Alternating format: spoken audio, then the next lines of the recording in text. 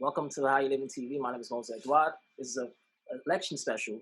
I have some beautiful women in the building, some nice kings in the building. We're here to talk about this upcoming election and how the media has presented things to us. And we got some people, most black people are voting for Biden, but we have a few people with me who's not voting for Biden. Hey everyone, my name's Amizero. I was always just mentally a Democrat, never even thought about it, thought it just was what made sense, thought the Republican Party was racist just by nature. Found out the opposite through research, especially this year. This will be like the first year intentionally voting. And I actually do want to say, add in a statistic, this year Trump has the highest vote percentage. 2016 he had 8%. This year it's like 46%. So I think this is a year where a lot of people are waking up to ideologies and policies that have been keeping the Black community down, keeping them dependent on government as opposed to other ethnicities in America. So this year was definitely a lot of research and comparisons of areas that have had Democratic leadership for decades and nothing was happening. So this was a year of wake up and looking at the president we've had and the policies and comparing them to the other presidential candidate, Joe Biden. My name is Shanjor. I'm from New York City. Right now I'm in Westchester County. My family's been here for generations, so I've seen the changes of New York throughout the years. I would say that I was a Democrat as well. I remember as a kid, my grandparents would tell me, like, just put a D on the ticket. When you go vote, put D, or just put the blue stuff. So I've always been kind of conditioned to vote Democrat. But because I did have a father who was, he was very opinionated. He was always into politics as far as like what we're doing right now. I started questioning things, I'd say about towards the mid of Obama's second term. I did vote for him twice. I was young, I was excited to vote. So back then it was just more like voting because of that, it was identity politics back then. And I felt what I did was the right thing. And then I say towards like the middle of his second term that I started questioning what's the real, like, what power does my vote really hold? You know, and I knew that it was power in it. I was just never told there was power in it. I was just told that it's a numbers game, you know. So now here we are in 2020, as a young lady said, where we're starting to see that. For the longest, you know, they would call us hoteps. You know, you guys are just conscious nuts talking about the government's after us. But I think people are now starting to see as well that there is an agenda to kind of keep the Black population at a certain percentage in the country and at a disadvantage. So, yeah. Perfect. Eli? Hey, so my name is Eli. I'm also from Brooklyn as well. The Morehouse City. I grew up in, this is actually the name of my media company. If you see the play on words, it's MOOR House, where it's the name of my label, my music label. But I grew up in a Baptist background. My father's a pastor, actually, he's a preacher. And like you said earlier, these Christian backgrounds, they're usually, you know, Democrats by default. Their views usually exactly. And when Trump first ran, at that time I had more like leftist ideologies. I don't even know why I had those ideologies actually. I didn't vote either, but I've always been the kind of person to question things. Like I didn't even do good in high school because of that. Like I just always had to question stuff. So I want to say around like 2017, I just started to look. I was like, yo, why do all these white people hate Trump so much? Like that's kind of suspect to me. Like if all these white people hate Trump, something must be split.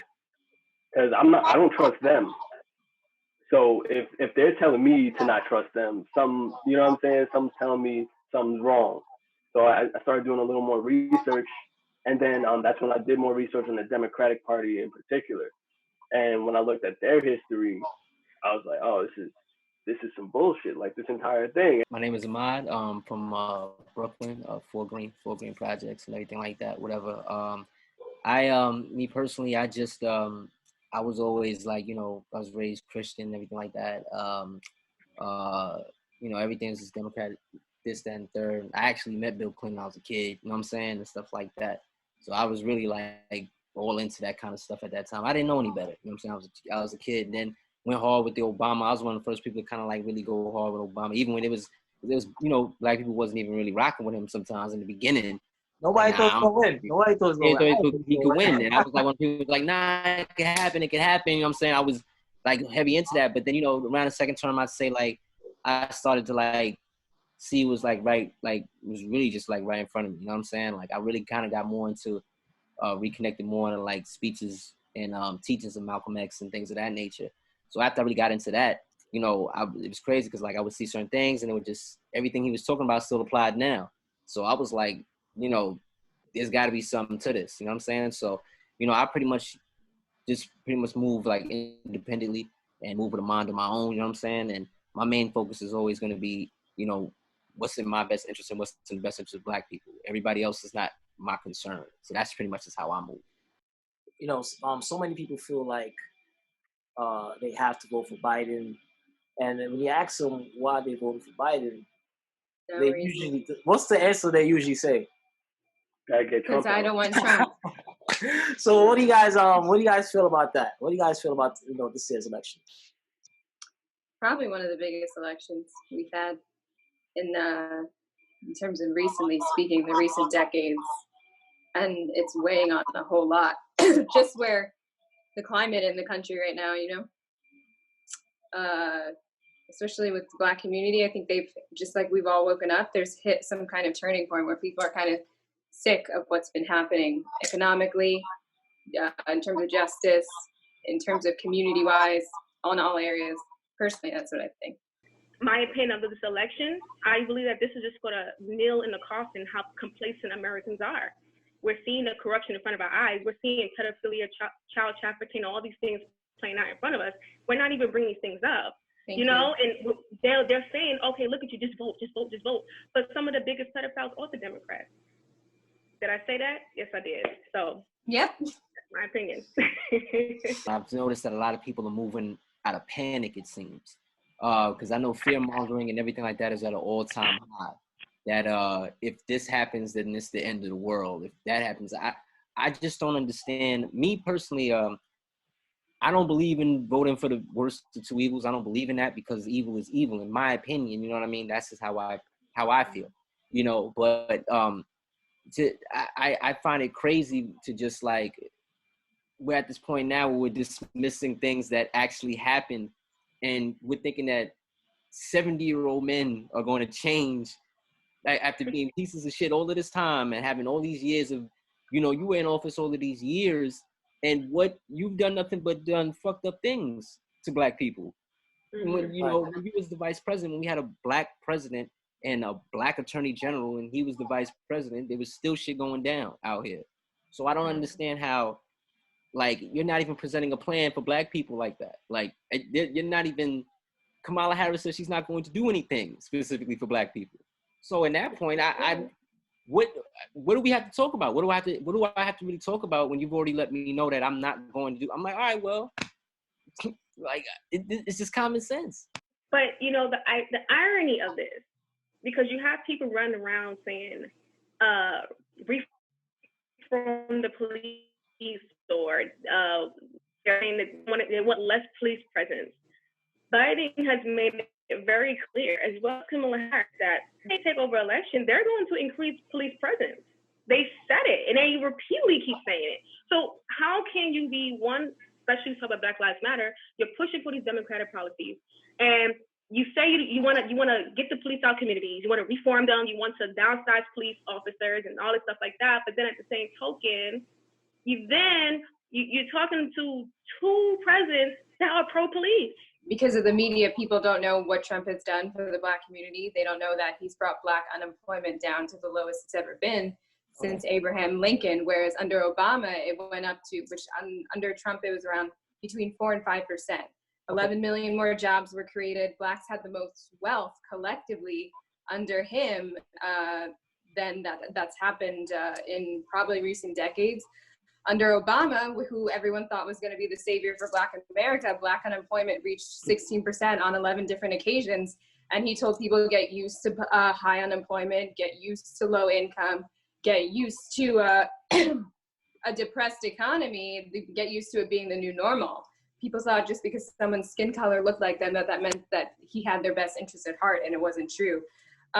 Things that Trump has done, he's removed the prison and criminal legislation Biden put in place. He's let thousands of African Americans out of jail. 97% of them who were affected by Biden's laws were Black. And Obama had rejected, one of them was Alice Marie Johnson. He rejected her 3 times when her family had petitioned for her to be let out. He's created almost 9,000 opportunity zones in low-income Black neighborhoods. He's removed tax regulations that Obama had put in place where we couldn't start businesses because there were so many tax restrictions in place. So he cut the red tape where Black people were able to start their own businesses. They were able to start entrepreneurship and not be on a dependent relationship with the government, not be on a welfare system. So this is a big reason why African Americans, even Democrat politicians, have now moved to endorse Trump because they see what he's actually done. He made permanent funding for HBCUs for the next 10 years, where they were going to Obama every year to ask for money. He said, why are you coming every year? And he just wrote them a check for the next 10 years and they don't have to worry about it again. So all these things that Obama and Biden had said they were going to do, said they were going to promise the people, these were empty promises where Trump said, what do you have to lose? And he actually delivered on all these things where people are reaping the benefits, especially tax breaks. Most families have seen $2,800 increase in their tax returns. So actual policies put in place that have actually benefited the Black community is the just flat reason why I'm voting for him as opposed to Biden, who's done not even nothing, but the exact opposite. You mentioned that Obama wanted to keep people dependent on the system. Yeah. Could you go that's what the Democrats have been doing to Black people a lot. Do you guys want to add more to that conversation, please? So the democratic system basically, essentially, people don't know, thrives off a welfare class. So they say it's welfare, they say it's to help the community. They're moving towards socialism.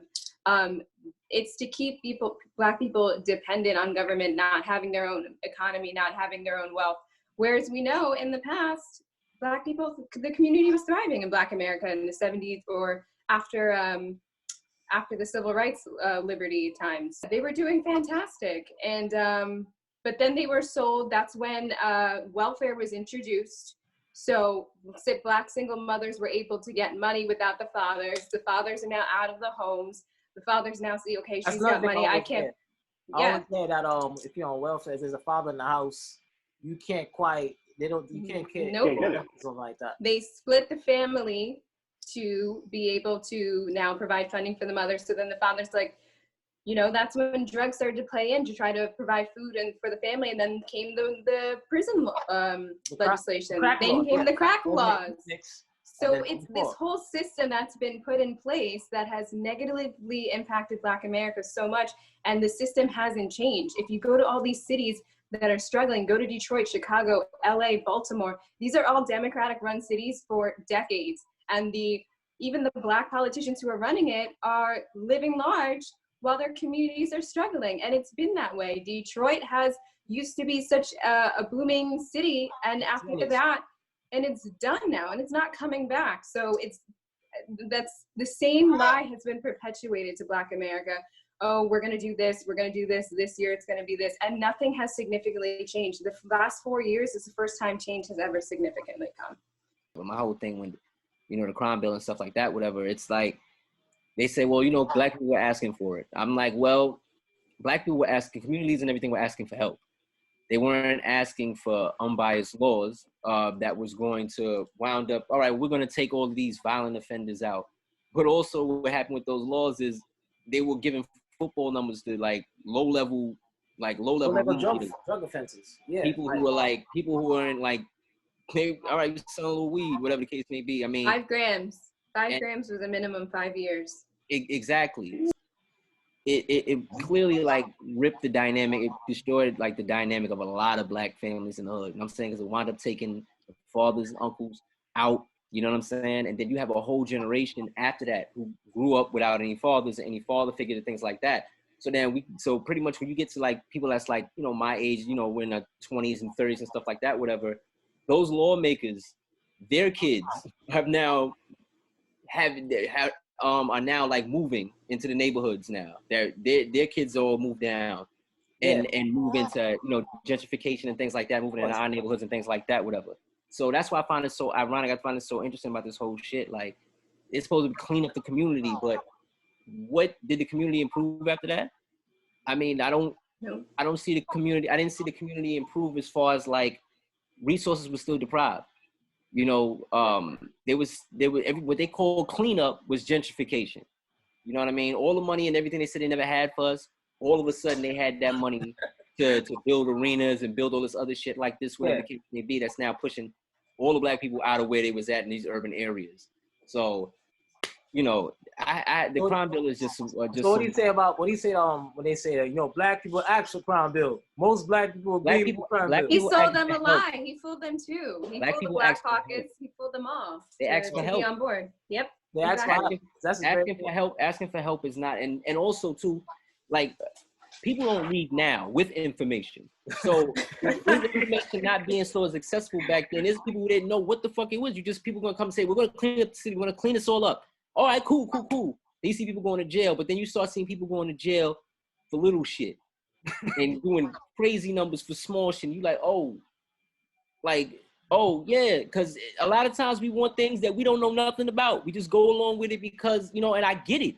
You know what I'm saying? You wanted safety. You wanted some type of things, you know, what was going on, but they wanted help. They didn't ask for, you know, to get the hammer crushed down the whole community. That's my whole thing. Whenever you start talking about the crime bill, oh, you're a Trump supporter. Like, how do you got, like, I don't understand why you can't question a politician's history. You know, Biden has been in politics for 40 years, and honestly, he hasn't quite done much for the black community. You know, he's been That's the first thing I say. Advance mass incarceration. Why are we lining up 2, 3, 4 hours to go vote for this man? He's not an ally to us. Mass incarceration is a form of white supremacy for all the reasons that we just went over. Systemic racism, that's exactly what it is. I can't just give you like my vote. I just can't give you give you shit. You have to earn that. You know what I'm saying? Because regardless of anything. And that's what's been happening. People have just been giving their votes without thinking about it. And then, you know, regardless of anything, regardless of what happened, my tax is still going up. You know what I'm saying? I'm still paying rent. I'm still doing all this, that, and the third, whatever. So you gotta give me something. You know what I'm saying? You can't sit here and tell me that if I don't participate in a free event or whatever the case may be, whatever, or if I don't just go for what you say, like, because I mean, we've had Trump for 4 years, whatever. I tell people, I'm like, are you dead? You know what I'm saying? Like, oh, we're all gonna die. You've gone through 4 years already, bro. I mean, so it's like, I mean, it's like, can it get worse? I mean, yeah, I mean, what the hell? Like, I mean, that's the mental thing. Like, people are panicking, like you said. You know, this year's election has been greatly ran by fear. By, you know, fear. We need to say fear. Like, you know, COVID-19, you're gonna die. This is gonna happen. Like, the country's gonna be a race war. It'll be a race riot. All this is gonna happen. Like, I had people say, I'm moving out of here. I'm moving out if Trump wins. Man, you can't even move to the apartment next to you. Where the fuck are you moving to? Like, you know, another thing too? It's like, they tell us to vote, right? Go out and vote. Your ancestors died for your right to vote.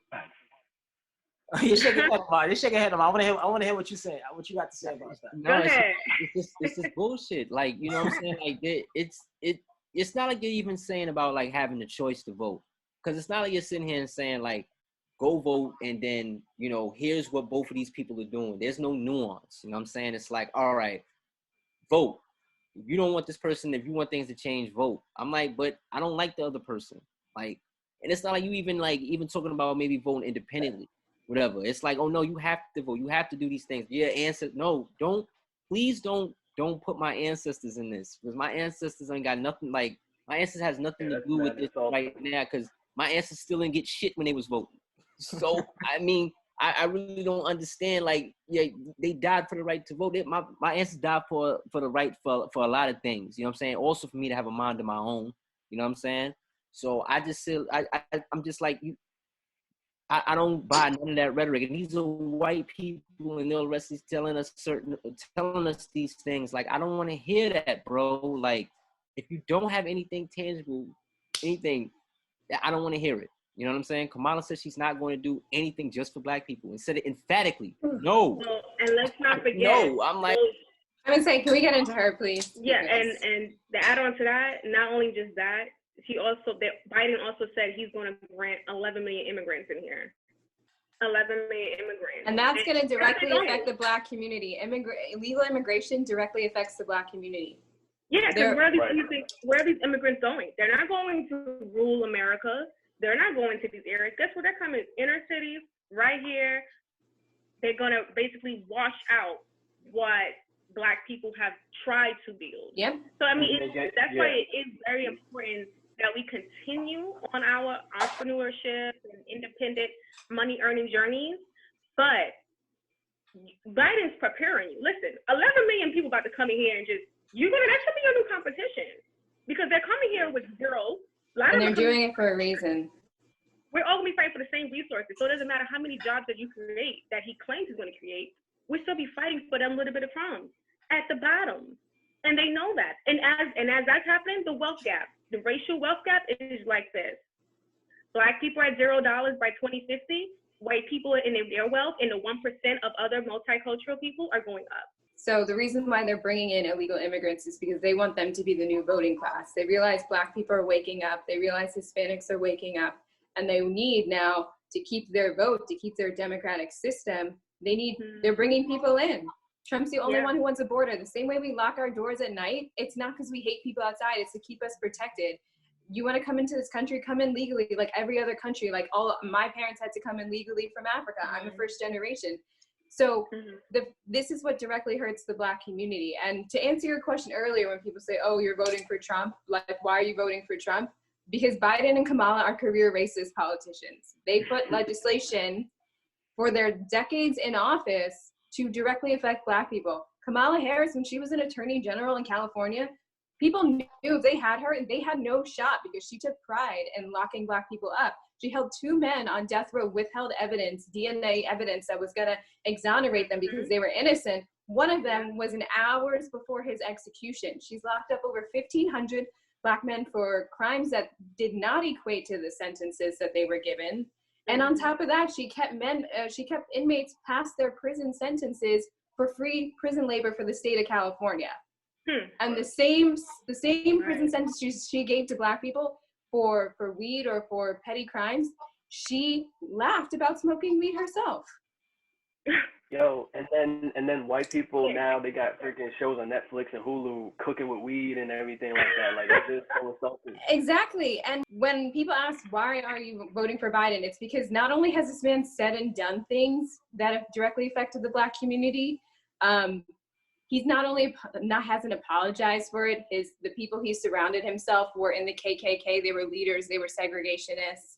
And in the 47 years that he's been in office and the, decades that she's been in office, it set the Black community back further in a way that's still that's still affecting us.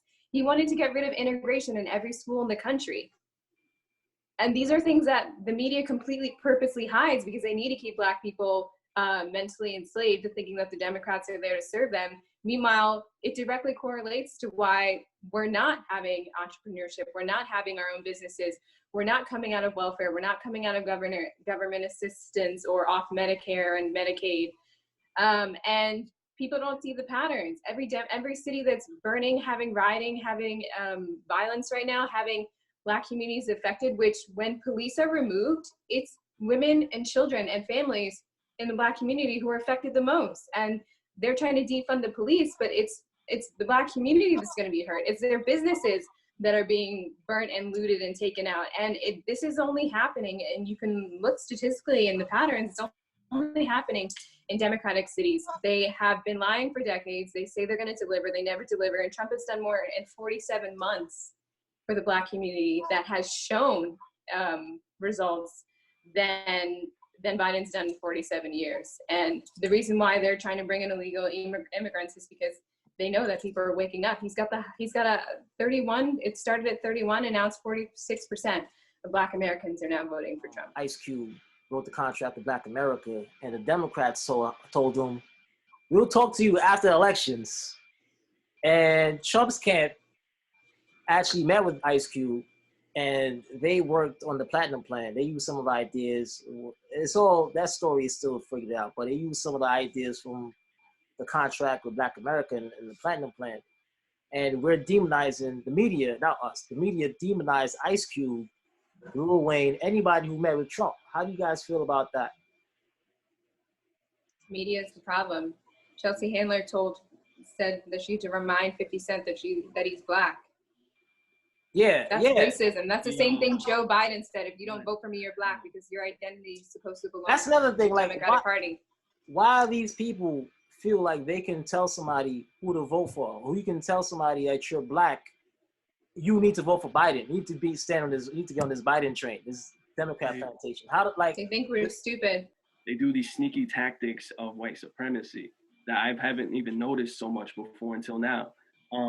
Like my field is arts and entertainment, so that's what I pay attention to. So you got somebody like Ava DuVernay, she'll make a film 13th, and it's about how Black and brown people are incarcerated at high rates and everything, and there's no mention of Joe Biden in there at all.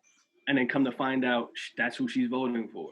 I heard that. Mm-hmm. And it's interesting you bring up the Central Park Five, because whenever people bring up the 94 crime bill, they use that quote from Trump that to hang the Central Park Five. Like, you're comparing a quote to laws that was passed to advance mass incarceration. And I bet you they never read it, because I read that. I read the piece in the newspaper. Yeah. Not once did he mention any color or any race, and it was not racist at all. You can read. It's open online for anyone to read. From back then, I even had people who were adults back then. They say a lot of people really thought those boys did it, even Black people, because the way think about it, it's the media. The media was already selling the story that the boys were guilty.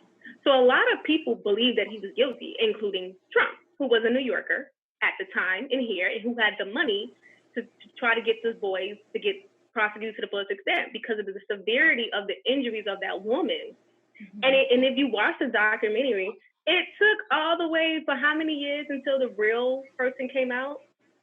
So then at that point, it wasn't just too late, the damage, it wasn't just that the judicial system had to say sorry, but also I was like, New Yorkers had to say sorry, because a lot of people were told that those boys were guilty. So I don't feel a quote holds any merit, any weight to actual bills being passed and thousands of families being split up. As they say, they're so against ICE, they're so against these people coming in, taking illegal immigrants and separating the children, who also these children are smuggled into the country by traffickers. Exactly. They don't talk about that point, and they don't talk about the point how a lot of these parents from like places like Mexico, Guatemala, all these places are purposely pushing their kids to go into the country by themselves, so that way their kids can be a reason why they can come to the country themselves. Like basically, they try to.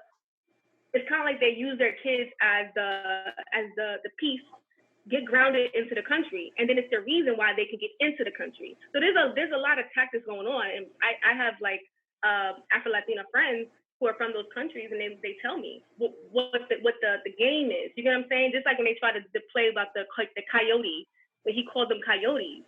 Like, yes, human traffickers. Yes, they're fighting kids by boatloads. Where do you think these kids go? A lot of these kids are illegal immigrants, and that's where they get sent to ISIS. And then now you're trying to find the parents. A lot of times the parents don't want the kids back either. No. The parents are like, no, they're in America. Let them stay. Let them have a better life. Why come back here? Another thing too is like people talk about the cages, but who built the cages? Exactly, who built the cages? Who built the cages, Joe? Easy. Boy. We know who built the cages, but no one's going to say. Just like who disenfranchised the potential of Africa being a global economic wealth system with gold backed by it. What? No other monetary system in the world is backed by gold. But who was trying to do that? Gaddafi. And who took him out? Another fellow African. So and that person was an African American, Obama, who was a real African American. What do you guys think about the Platinum Plan proposed by Donald Trump? Supposedly wants to invest $500 billion into the Black community. That's gonna affect every sector of the Black community. I know with the opportunity zones, they've already put billions in, and that's already shown its fruit. 500 billion is a high number, you know, so I mean, I'm not holding on to 500 billion. But in regards to the two options, 100% going with Trump, because one, a vote only by, you're only voting for the potential of what you've A, seen already, and what B, what can come. After that, like Shan said, it's your life. You've got to build and work for what it is that you want and what you want to produce, obviously. But the Platinum Plan, I looked at it. There's a bunch of sectors into it. Some of that's already been done from what he's done from years before, like with HBCUs, with opportunity zones, with prison reform and stuff like that. But do I expect to see the whole plan come out? I mean, no, but I definitely know that I've already seen what he's done for the community more than all these other presidents before. And that's good enough for me, and the rest is up for each individual to do. The Republicans or conservatives don't have any reason to, like, they tell you what it is or tell you how they're feeling, like, or tell you, like, yo, you know, it is, you know, we're not going to pander to you. You know, Democrats will pander to you, not even pretend like we're listening to something tangible. You know what I'm saying? What we're going to do is we're going to put one of these rappers out here, put one of these strippers out here, put something like that, because that's how we look at y'all as a people. We don't take it serious. You know what I'm saying? And it's an insult. I take it as an insult to my intelligence. You know what I'm saying? You're not I don't give a fuck about none of that, the bells and whistles. You know what I'm saying? What do you have a plan? You know what I mean? Do you have something that's going to benefit me or benefit my people and things like that? If you don't, then there's nothing that I can do for you. You know what I'm saying? Like, I can't give you my vote.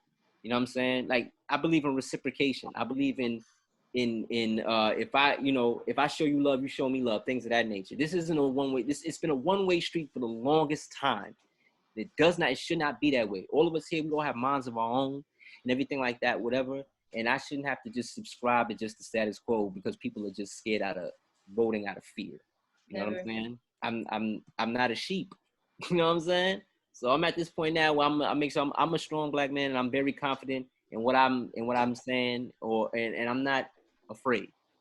I mean, like, I'm not scared to stand on my own 2 feet, because that's what we're gonna have to do regardless of what the situation is out here. You know what I mean? So yeah, like, and I feel like it's weird because we all understand this when it comes to romantic relationships. Like, we're not gonna be in a one-sided relationship and we're dealing with somebody that we're not getting anything out of. We understand that when on the romantic level, we'll argue on Twitter about it too. But for some reason, when it comes to voting, we'll just by default vote for somebody that has not been doing anything for us. History shows that, you know, they haven't been doing anything for us just by default. And it's a backwards way of thinking, because if we understand that when it comes to dating and marriage and all that, we can't even understand that for something much bigger, something on a more grander scale. It's like, it's a little weird. I want to add, you know, in regards to the Black community over this whole period of time, during the civil liberties, the two things that were fought for the most were 2-parent households to keep the fathers in the homes and to keep abortion clinics off every corner. And since 1974, the Black population today could be double what it was. Half of the Black population has been wiped out because Planned Parenthood was originally called the Negro Project. People don't know Margaret Sanger was a eugenicist. So for me, as a born-again Christian, as someone who's given her life to Christ in the last 2 years, to vote for the slaughter, the genocide, the Black genocide in America against African Americans is just not an option, you know? So that's another huge reason why I'm gonna be voting for Trump, because I don't believe that Black people need to be pandered to to participate in those kind of decisions. And they're targeted. Black people are absolutely targeted for abortion. It's systematic racism. The clinics are put in every neighborhood. So, it's all these factors are just things that Black America needs to wake up to, because it's what's keeping us back. It's what the people who fought for our rights were fighting against. And this is exactly what the Democrats are pushing for. This is exactly what Biden and Kamala are pushing for, exactly what we fought to get out of. I don't think that both candidates have talked about children, even looking at the Platinum Plan, the educational part. Like, they can elaborate on jobs, but the educational part, especially for Black America, is like this. And as a person that I have friends as teachers, they tell me there is a crisis with these Black schools, these local public Black schools. School choice is something that's being put on the table to greatly affect Black communities, because right now they don't have choices for schools, and they're stuck with broken education systems that are decrepit and have been, even though billions have been put into them, nothing changes. The schools aren't reformed. So I've seen a lot of footage and reports of these communities wanting the option to, like everyone else has, to pick the schools that fit their child's needs, to give these kids an opportunity to get the education system that best suits them, to be able to go to charter schools and have that money that's been put into these broken systems to actually be put toward these kids to be able to go to schools that can help them. And that's something that Biden and Kamala are trying to get rid of. They're trying to get rid of charter schools. They're trying to get rid of school choice for parents not to be able to pick where their kids go to school.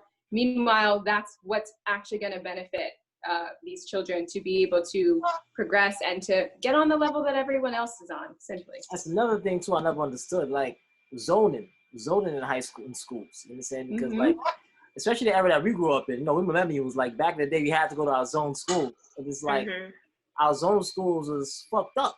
Textbooks was all fucked up. There's like 35 kids in the class, like 5 kids getting smacked every single period, and the teachers don't say nothing, or they act like they don't see. So it's like, nah, you gotta deal with that shit. That's what I dealt with in West Philly growing up. Are you guys voting? And if you're voting, who you're voting for? All right, I'm gonna start with my man Eli. So I'm not gonna lie to you, because I think for me, my decision, I'm trying to not let my decision be influenced by the people around me. Everybody around me is voting for Biden, and I don't want to have that conversation with them.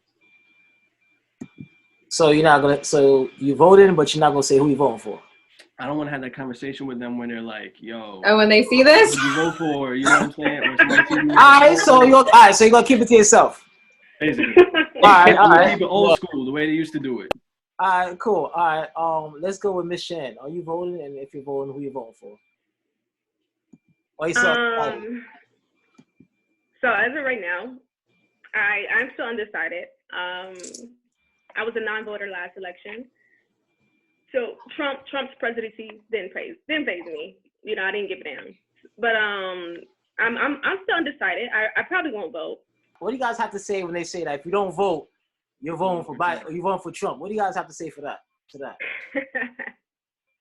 Then I didn't go in the. That's not what it is. I didn't go in the booth. If I didn't, I'm in the crib. Like if I didn't decide not to vote, that's what it is. Like, okay. Like there's nothing. It's not a vote for Biden.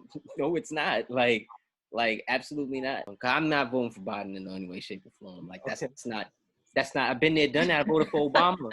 Like, so I mean, if I voted for Obama, so I've done this already. You know what I'm saying? You voted for the Crown Bill without even knowing you was voting for the Crown Bill. Exactly. I didn't. More now.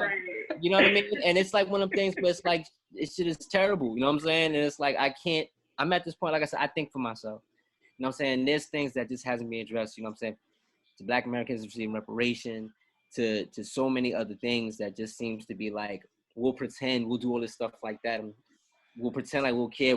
All of this when the election's coming up. You know what I'm saying? And then as soon as the election's over, we're going to go back to taking care of all these other people that we was taking care of before, and then y'all can keep going or whatever. But we'll see you in 4 years, and then you can go complain at the person that, then what's going to happen now? Say if Trump, does get back in office, what's going to happen now? Like, I mean, if he gets back in office to the world's supposed to end, what am I supposed to do? I'm supposed to hide under my bed. I'm supposed to, give up. I'm supposed to. That's just stupid. You know what I'm saying? We got work to do. We've lived through 4 years already of Trump already. So I mean, like, exactly. I'm sitting here like, okay, like maybe the first time, if maybe you were a little like really, really, really scared. Okay, it's the first time you didn't know, whatever. All right, you've already done 4 years. I mean, you're still here. You know what I'm saying? I mean, shit's still fucked up, but yeah, it was kind of fucked up before he got here too, bro. I mean, I just think people were under the illusion 100%. that we were having progress. You know what I'm saying? Because, we were seeing presidents and first ladies on the cover of Essence and Ebony magazine and things of that nature, whatever. While everybody else was getting tangible shit, we didn't get anything. So I'm just sitting here like, you have to start talking about doing things for my people, because that's what I'm mostly concerned about. If you're not doing anything that benefits Black people, then I have no interest to talk about it. Like, and I don't care about aesthetics. I don't care about, having the first Black woman president or all that kind of shit like that. None of that means nothing. Like if you're not solid, you're not solid. You know what I'm saying? And I just can't deal. If I'm not dealing with regular people like that, like I wouldn't fuck with a regular person who I know would do me greasy. Why would I do that with a politician and somebody that's like that's in charge of making laws or trying to do stuff like that? That's just not something for me. You know what I'm saying? Like people should listen to the Ballad of the Bullet speech by Malcolm X, because they always want to cherry pick things from him. They need to listen to that speech. Because liberals especially like to put out, oh yeah, well, he said, and don't entertain us, whatever. He also said that liberals are also like the fox. You know what I'm saying? It's like, yep, he said that's the worst, the liberal. We've constantly got into that as well. Like, so it's like, it's like, yo, it's just this the ops of the ops. You know what I'm saying? And feds are the feds. You know what I'm saying? So you're gonna have to move. I have to move accordingly. You feel me? But I'm not about to just sit in here and panic and just start crying and hiding under my bed out of fear. Like, I can't live life through fear. You know what I'm saying? You might as well be dead for all that. So I don't hesitate to tell people, I said that I'm voting for Trump, and it gives a good opportunity to give statistics of their history versus Trump's history, as well as I'm not voting for socialism. Capitalism is what America needs.